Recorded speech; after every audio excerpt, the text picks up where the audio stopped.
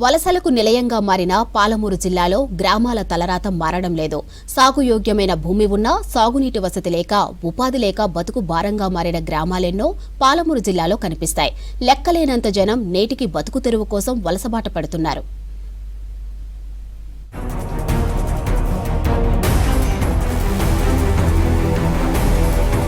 తెలంగాణలో కృష్ణా నదికి ముఖద్వారం పాలమూరు జిల్లా. ఉమ్మడి జిల్లాలో 300 కిలోమీటర్ల మేర కృష్ణా నది ప్రవహిస్తోంది.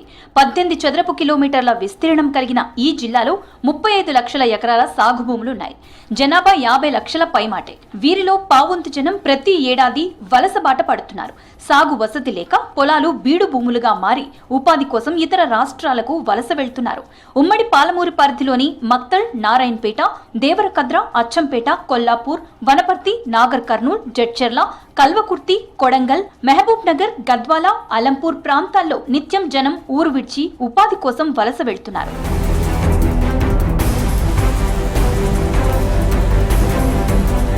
కొన్ని గ్రామాల్లో లెక్కకు మించిన జనం వలస వెళ్తున్నారు. పసిపిల్లలు, వృద్ధులను ఇంటి దగ్గరే వదిలేసి ఆలుమగలు వలసపోతున్నారు. కొన్ని చోట్ల ఇంటిలిపాది వలసబాట పడుతున్నారు. పాలమూరులో చాలా గ్రామాల్లో ఇళ్లకు తాళాలు వేసిన దృశ్యాలే కనిపిస్తున్నాయి. జిల్లాలోని ప్రతి ఆర్టీసీ డిపోలో ముంబైకి పయనమయ్యే వలస బాధితుల ఆవేదన కనిపిస్తోంది. వలసపోయిన వారు ఎప్పుడు తిరిగొస్తారు, అసలు వస్తారో రారో తెలియని అయోమయ పరిస్థితుల్లో కుటుంబ సభ్యులకు వీడ్కోలు పలుకుతారు ఇక్కడి జనం.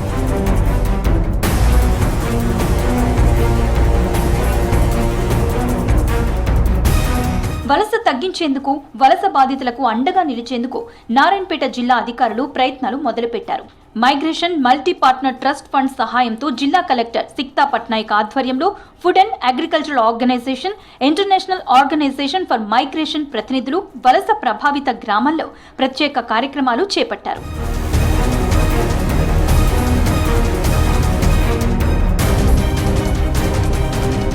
నారాయణపేట జిల్లా కోస్గి మండలంలోని చంద్రవంచ, ముష్రిఫా, గుండుమల్ మండలాల్లోని ముదిరెడ్డిపల్లి, అప్పాయిపల్లి గ్రామాల్లో వలస బాధితులకు అండగా కార్యక్రమాలు చేపట్టారు అధికారులు. FAO, IOM సంస్థల ప్రాథమిక సర్వేలో ఈ గ్రామాల్లో ఎక్కువ మంది వలసదారులు ఉన్నట్లు గుర్తించారు. వారికి చేయూతనిచ్చేందుకు, ముఖ్యంగా మహిళలపై ఆధారపడిన కుటుంబాల కోసం వలస వెళ్లి తిరిగొచ్చిన వారికి జీవనోపాధి కల్పించేందుకు కృషి చేస్తున్నారు.